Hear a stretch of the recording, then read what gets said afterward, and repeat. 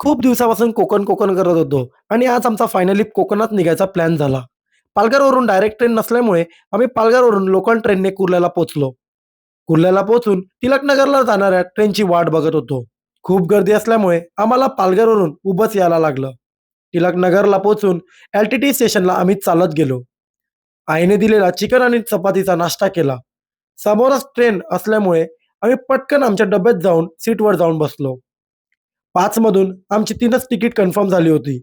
Photos, videos खूप मन भरून काढल्या. ट्रॅव्हलिंगमध्ये खूप भूक लागते म्हणून आम्ही अनेक प्रकारचं खाऊ खात होते. नंतर मग थोडं रेस्ट वगैरे करून संध्याकाळची मजा आम्ही ट्रेनमधून घेत होतो.